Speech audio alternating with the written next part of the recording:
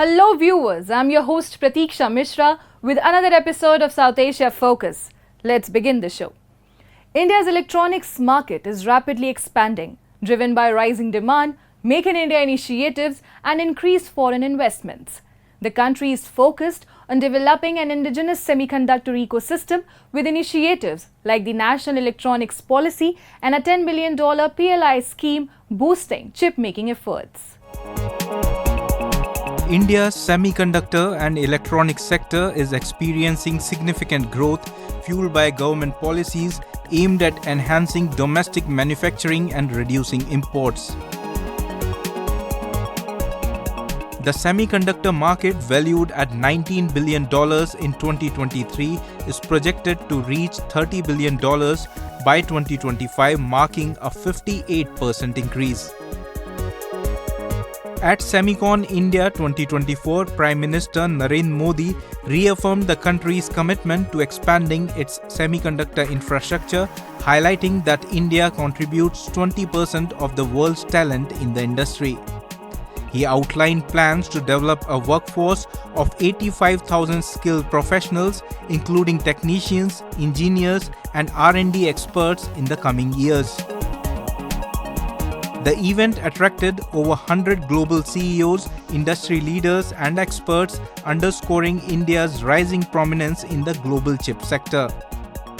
21st century के भारत में the chips are never down.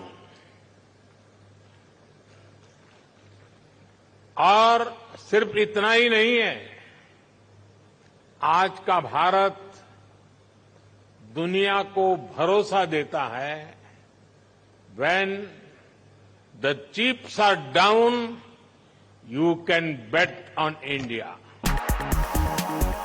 The government's focus on expanding the semiconductor industry is set to invigorate related sectors and significantly increase job opportunities. This push will enhance the semiconductor ecosystem and stimulate growth in allied industries, creating a broader impact on employment and economic development. We can see lots of potential because, and not in terms of manufacturing, the real employment will generate from the UP, so that all the candidates, all the youth who are pursuing their BTech or masters in the science, they can come and see the real, how the chip process is going to make. It's mainly the global shortage of the semicon chips. So there are not enough manufacturers, there are not enough companies worldwide. So India has a big opportunity in that space. Manufacturing is already happening with the mobile phones and multiple other areas. It's a question of giving the fillip, giving the right environment for the industry, for MSMEs as well, giving the right climate, both infrastructure, investment, government support, ease of doing business, and all that contributes to building the sector. Many foreign companies are optimistic about India's growing market and have established facilities for domestic production. We have been supplying goods into India now for over 20 years, and as the market has grown, we decided it was time to invest in India, and that is what we did in 2016 by buying this aerosol filling company, and we are continuing to invest. The market has grown in the last 8 years. India is aiming to grow its electronics sector to $500 billion and create 6 million jobs by the end of the decade. Valued at $150 billion, the sector has progressed significantly, especially in mobile phone manufacturing, including 5G handsets. Transitioning from a major importer, India is now the world's second largest producer and exporter, with a goal of achieving 100% domestic electronic manufacturing, including chips. Moving on. In the lead-up to Sri Lanka's presidential election, the absence of female candidates underscores a troubling gender gap in politics. Women activists in the country emphasize the patriarchal nature of the political landscape, where decision-making and resources remain largely male-dominated. A report. In her close-knit, middle-class community nestled in the heart of Sri Lanka's capital, grassroots activist Samudra Jayalath leads a team of volunteers to distribute campaign leaflets for the upcoming presidential election. But the 61-year-old local political leader, a beloved member of the community, is not running for the top job. Instead, she is tapping on her clout to campaign for her presidential candidate of choice, opposition leader Sajith Premadasa. As Sri Lanka grapples with its most severe financial crisis in over 70 years, 17.1 million citizens are set to cast their ballots on September 21st in a crucial presidential election, seeking a new leader to steer the nation towards political stability and economic revival over the next 5 years. In a striking omission, the field of 38 candidates lacks a single female representative, highlighting a concerning gender gap in the country's political landscape. Jayalath had once hoped her political career would take off after she won a municipal election in 2012. But she has not held any political post at national level despite working for multiple parties for nearly 4 decades. දැන් පාර්ලිමේන්තුවේ ගත්තාම ගරු මන්ත්‍රීවරියෝ ගත්තාම ඒයට දේශපාලන පසුබිමක් තියෙනවා. නමුත් එහෙම නැතුව දැන් අපි වගේ මේ බිම් මට්ටමින් එන කාන්තාවන්ට එතනට යන්න හරි අමාරුයි. එතනට යන්න ගොඩාක් කැපිලි කෙඩලි තියෙනවා. ඒකත් ඉතින් බොහොම අමාරුවෙන් කට්ට කාගෙන තමයි මේ නගර සභාව කියන එකට ආවේ. මේ ක්‍රමේ වෙනස් වෙන්නේ නැහැ. කාන්තාවර බොහොම තැන දෙනම අඩුයි. ඒක වෙනස් වෙන්නේ නැහැ. ඒක අපි විසින් හදාගෙන දැන් මම ඒ මගේ හයියෙන් එතනට ආවා. නමුත් අනිත් අයට බොහොම අමාරුයි. මම දකිනවා කාන්තාව කීප දෙනෙක් මේ ආසනය තුල දඟලනවා මෙතනට එන්න. නමුත් එහෙම දෙන්නේ නැහැ එන්න. Since Sri Lanka introduced the universal franchise in 1931, the number of women in parliament has never crossed a threshold of 7%. Today, they are just 5.3% of its 225 members and historically held only a fraction of cabinet positions. Sri Lankan political party structure, political space is patriarchal dominated, and we have not been able to find a way out of that dominance. Women's representation in grassroots governance in Sri Lanka has never crossed 23% despite the spur of a 2016 quota. A similar quota designed to boost their representation at the provincial level beyond the current 5% has been gridlocked in parliament for more than 2 years. Even the electoral system, if you look at the manner in which you have to spend money, preferential voting system, the struggles to get your nomination, all that decision making is in the hands of men. Money is in the hands of men. Access to resources are controlled by male business elite. This situation highlights the barriers women encounter, including cultural norms, political biases, and systematic obstacles that hinder their advancements in leadership roles. As the country navigates its current challenges, the need for diverse voices in leadership becomes even more critical for sustainable development and inclusive governance. Time now for Asia This Week, the stories from across the continent. The people of Tehran expressed their solidarity with Lebanon after a series of mobile device explosions killed 12 and injured thousands. On September 18, a memorial was held outside the Lebanese embassy in Iran to honor the victims. Simultaneous explosions targeting Hezbollah's communication devices in southern Lebanon, Beirut, and eastern Lebanon are suspected to be Israeli cyber attacks, raising concerns about the growing threat of electronic warfare in the region. Hezbollah and Israel have been engaged in cross-border warfare since the Gaza conflict erupted last October, fueling fears of a wider Middle East conflict that could drag in the United States and Iran.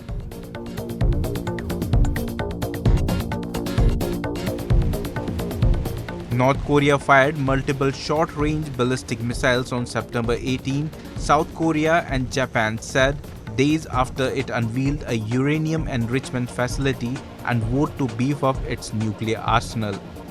The missiles lifted off from Kechon, north of the capital Pyongyang, in the northeastern direction, South Korea's Joint Chiefs of Staff said, without specifying how many were fired.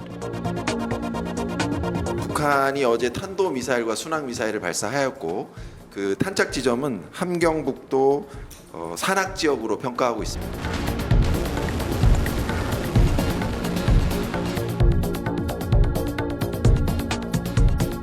Building on the successful foundation of the Lok Sabha elections 2024, peaceful and enthusiastic voting marked the beginning of assembly elections in Jammu and Kashmir. Voters from all sections of society responded to the call of democracy wholeheartedly. Long queues of voters at the polling stations showcased the entire world the deep trust and confidence of the people of Jammu and Kashmir in the democratic exercise. A total of 219 candidates were in the electoral fray in the first phase, of which 9 were women candidates. Young and women voters shone bright at the polling stations, a testament to the deepening and embrace of democracy in Jammu and Kashmir.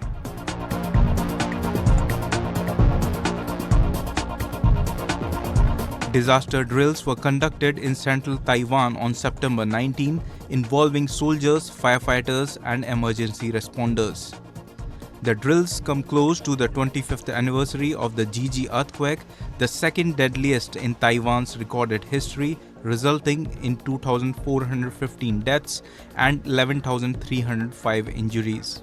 Mock victims could be seen carried onto ambulances on stretchers and being tended to in emergency tents. Director General of the Chiayi County Fire Bureau, Sai Chin En, highlighted the importance of these drills, noting the improvements in coordination and equipment since the Gigi earthquake. 我们今年921这个演习啊，就针对我们整个大规模灾害的时候啊，结合国外的团队跟我们内政部消防署，还有各地区的搜救队啊，来负责这个演练。那目前来看的部分，就是我们 DMAT 的训练，就是我们在野战当中，或是在大规模灾害中的这个医疗的救助。The drills also featured firefighting efforts at a local plastics factory, featuring advanced equipment including a fire extinguisher robot, showcasing the integrated preparedness of Taiwan's disaster relief forces. In Geneva, Baloch activists organized a compelling photo exhibition and demonstration to spotlight human rights violations in Balochistan by Pakistan. They call for international attention to the alarming issues of enforced disappearances and repression. The activists condemned projects like the China-Pakistan Economic Corridor, arguing that such initiatives exploit the Baloch people and deepen local grievances. The protesters underscored the urgent need for accountability and recognition for Baloch rights, insisting that the international community must not overlook the plight of the Baloch in their struggle for justice and dignity. The members of the Baloch National Movement organized a powerful photo exhibition and demonstration outside the UN office in Geneva, coinciding with the 57th session of the UN Human Rights Council. The activists aimed to draw attention to the ongoing atrocities in Balochistan, urging the United Nations to take a stand against the pervasive human rights violations in the region, particularly the alarming issues of enforced disappearances. The demonstrators passionately rejected exploitative foreign initiatives such as the China-Pakistan Economic Corridor, arguing that these projects have only served to occupiers and exploit the indigenous Baloch people. Their message was clear: the international community must not turn a blind eye to the suffering in Balochistan. The protesters in Geneva were joined by human rights defenders from around the globe. Pakistan must be held accountable. The West must cease all military aid to Pakistan because those weapons are being diverted to suppress the people of Balochistan. The Commonwealth must suspend Pakistan it is violating the Commonwealth Charter and the human rights principles that the Commonwealth espouses. Activists allege that the Pakistani army and intelligence agencies employ torture and abductions as tactics to instill fear and maintain control over the Baloch people who have long been advocating for independence from Pakistan's occupation. They claimed that the Baloch have been the targets of military operations, ethnic stereotyping and abductions by the Pakistani state, all while their natural resources continued to be exploited. I think one thing that Pakistan needs to understand, they cannot continue the way things are. More violence will generate more resistance, and the state persecution makes them more resilient. So the Balochistan issue is not complicated, it's very basic. They're asking for some basic things, which includes human rights, basic human dignity, and demand that the Baloch rights are recognized and respected. Human rights violations in Balochistan have been a significant concern, particularly in the context of the China-Pakistan Economic Corridor. Many Baloch activists and political leaders argue that CPEC, while promising economic development, exacerbates local grievances by prioritizing outside interest over the rights and needs of the local population. The influx of investment and infrastructure development under CPEC have often been met with resistance from local communities who feel marginalized. The local Baloch people claim that the benefits of these projects do not reach them and that their land and resources are being exploited without adequate compensation or consultation.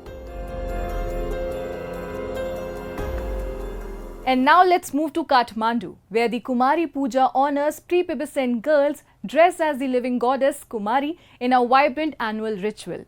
Recently, on the occasion, families gathered at the Taleju Bhavani temple to pray for the girls' health and well-being, a tradition deeply rooted in Nepalese culture. This event not only celebrates youth but also preserves the legacy of the Kumari, a living goddess chosen through a rigorous selection process. Take a look. A large number of prepubescent girls, adorned in elaborate attire resembling the living goddess Kumari, sat in a row according to their assigned numbers to be worshipped, a practice believed to ward off bad luck and disease. This annual event, known as Kumari Puja, takes place in front of the Taleju Bhavani temple in Kathmandu, where Newari girls perform rituals to honor the goddess who represents divine feminine energy. The living goddess Kumari is considered an otherly incarnation of goddess Durga. कुमारी पूजा चाहिँ यस्तो कि हाम्रो नानीहरुलाई चाहिँ राम्रो होस् भनेर हरेक वर्ष हुन्छ नै अब बच्चाहरुको एकदम दीर्घायुको लागि एकदम राम्रो होस् भन्नको लागि हो अब यो कुमारी पूजा गरे भने बच्चाले एकदम धेरै राम्रो हुन्छ बच्चाले एकदम स्वस्थ हुन्छ भनेर The Kanyas or girls participating in this annual procession are brought to the Taleju Bhavani temple, one of Nepal's Shakti Peeth, which is only open for one day during the Shayan. As part of the ritual, these girls are led around the temple dedicated to Taleju Bhavani, a Hindu deity whose face has been concealed from the public for centuries. The worship of the girls in the procession involves three approaches of Hinduism, Buddhism and Tantrism. It is believed that girls who participate in this ritual will be protected from health problems. उहाँहरु सधैँभरि कुमारी बन्न नसके तापनि आज एक दिनको लागि पनि कुमारी भनेर उहाँलाई पुकारोस् भनेर र उहाँहरु भित्र गर्दाखेरि उहाँहरुलाई कुनै पनि रोग व्याधि नहोस् भनेर चाहिँ हामीले कुमारी पूजा गरेका हौं र यो कुमारी पूजा गर्नाले चाहिँ डोरो फाइदा छ यो कुमारी पूजा गर्दाखेरि कुन कुन तीनटा विधिले हुन्छ हाम्रो बौद्धिक हिन्दू तान्त्रिक पूजा हिन्दू पूजा अनि वज्रयान पूजा वज्रयान भन्ने गुरुजुले गर्छ त्यही क्रममा चाहिँ तान्त्रिक पूजा भनेर कर्मचारीले गर्ने हो र हाम्रो यो बौद्धिक पूजा भनेर ब्राह्मणले गर्ने हो कुनै पनि यो कुमारीको पूजा गर्नु पर्दाखेरि तीन विधिले पूजा हुनुपर्छ र तीन विधि अनुसारको यो कुमारी पूजा चाहिँ भएको हो Nepal has a remarkable tradition of worshipping the Kumari, a living goddess selected through a rigorous process. This role is filled by a young Neva girl from Shakya caste, often as young as 4 years old, who is believed to embody the goddess Taleju, the tutelary deity of the Malla and Shah dynasties. The selection process is strict. Candidates must be free from any physical blemishes and must demonstrate calmness under intense scrutiny even during frightening tests. Once chosen, the Kumari resides in the Kumari Ghar and is prohibited from touching the ground. She only leaves her residence during specific festivals. The Kumari Puja beautifully reflects Nepal's traditions and community devotion for well-being of young girls. And with that, we come to the end of this week's episode. See you next week. Goodbye and take care.